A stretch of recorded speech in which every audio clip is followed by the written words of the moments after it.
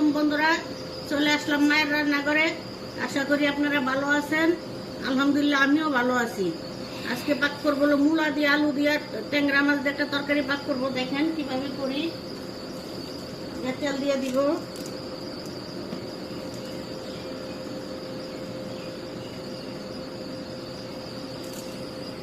পেঁয়াজ দিয়ে দিব, কাঁচামরিচ দিয়ে দিব, নুন দিয়ে দিব পরিমাণ মতো। পেঁয়াজটা নরম হয়ে যায় তাড়াতাড়ি। পেঁয়াজটা ভেজে নিব।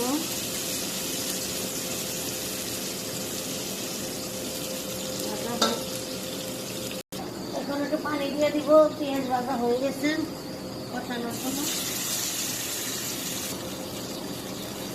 আবার টমেটো দিয়ে দিলাম 1 চামচ, জিরা দিয়ে দিব 1/4 চামচ, মরিচের ফাঁকি দিব 1 চামচ, ধনিয়ার ফাঁকি দিব 1/2 চামচ,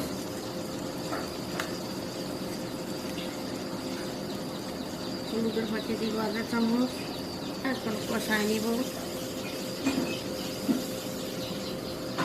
কষানো হোক।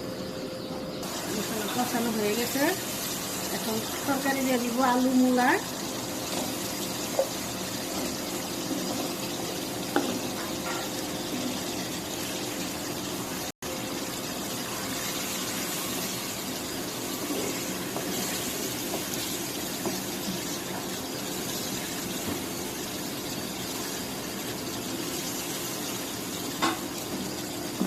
দিব আবার একটু নাড়া দিয়ে দিব।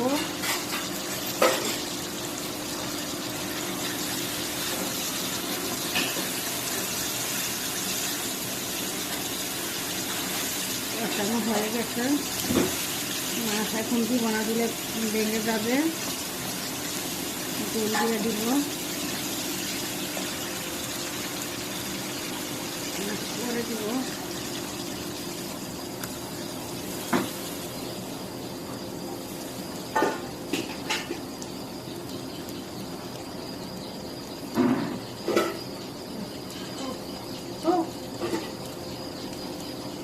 এখন ঢেকে দিব। তরকারি উতরাইছে, এখন মাছ দিয়ে দিব। মাছ দিয়ে দিলাম।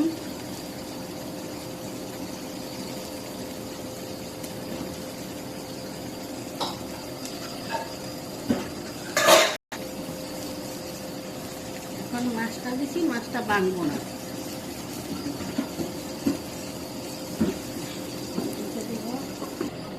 আবার একটু নাড়া দিয়ে দিব।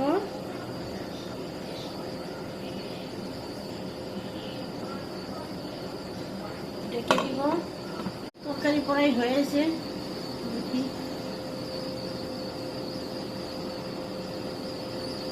এখন চুলা নিবাই দিব।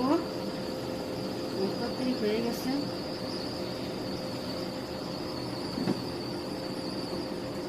দেখুন বন্ধুরা, আমাদের ট্যাংরা মাছের তরকারি রান্না শেষ। কালারটা কত সুন্দর হয়েছে। এভাবে রান্না করে খেয়ে দেখবেন, অনেক ভালো লাগে। কমেন্ট করে জানাবেন আমাদের ভিডিওটাকে আপনাদের কেমন লাগলো।